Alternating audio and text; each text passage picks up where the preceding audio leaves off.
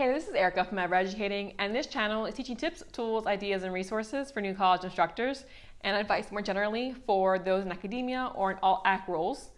Today I thought, it's been a while since I've posted about a instructional design framework or model that you can use to design your courses. I do have other videos, I'll list them below, that are tied to, for example, ADDIE, which is very commonly known, or Include, or Gagne's levels of instructions.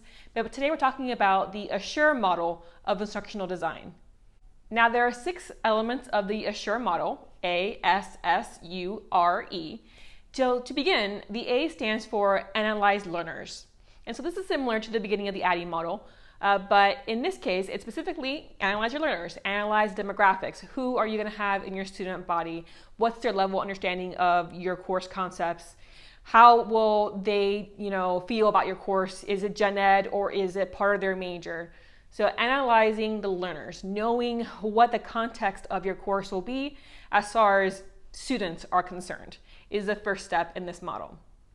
Then once you know that, you're going to go ahead and select your objectives. So once you know, okay, these are my students, you obviously know what your course is. Let's create learning objectives for the students at hand, knowing who they are and knowing what's required of your course. And so this is going to be a very important step because it's going to really lay the foundation for your teaching, knowing first, what are students getting out of the course? By the end of the course, students should be able to, and then you list those objectives. That's what you're creating here. And maybe you're going to do the ABCD model of objective creation. I'll link a video on that below. But in any case, you're going to do that as the next step. You're going to figure out, okay, what are students going to know by the end of this course? And potentially, this could be a time where you create the rubrics as well for the assessments. So, okay, these are going to be the objectives, and I'm going to know that they hit those objectives because I'm going to assess them based off of these assignments.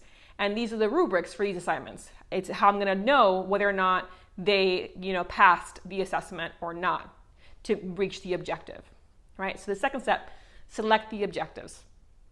And that leads to the next S, which is to select the methods, materials, and media.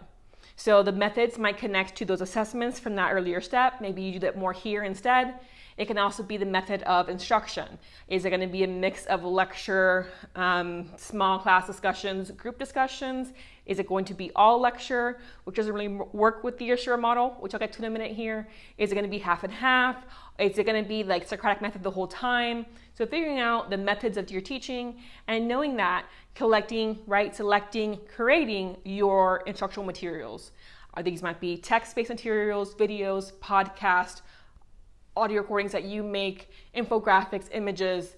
The sky's the limit here. So that's this next step. This next S is selecting all those materials and understanding the methods you're going to use to teach your course.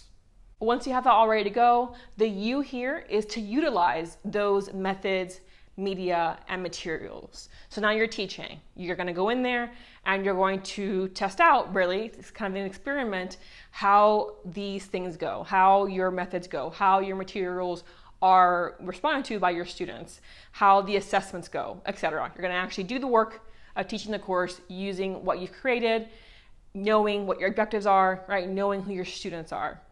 And that leads to that R, which is requiring student participation.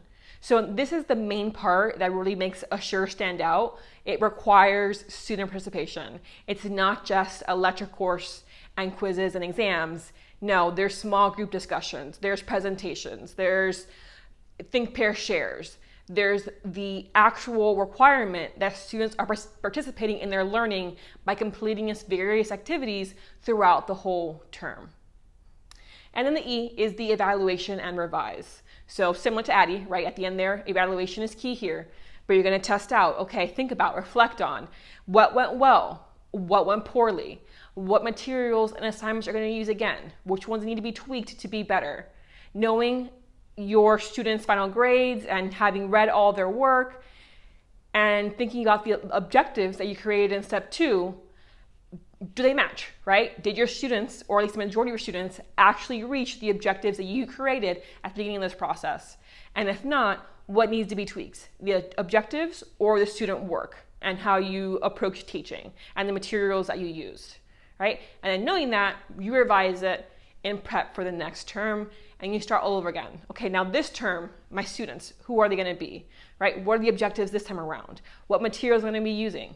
Then you actually use them, right? You make sure students are participating in your class, and then you evaluate again. So this is the Assure model. Again, there are other models you can use. I'll link my instructional design playlist below in case you're interested. Click like if you found this helpful, and subscribe if you don't want to miss out on future content. I'll see you next time.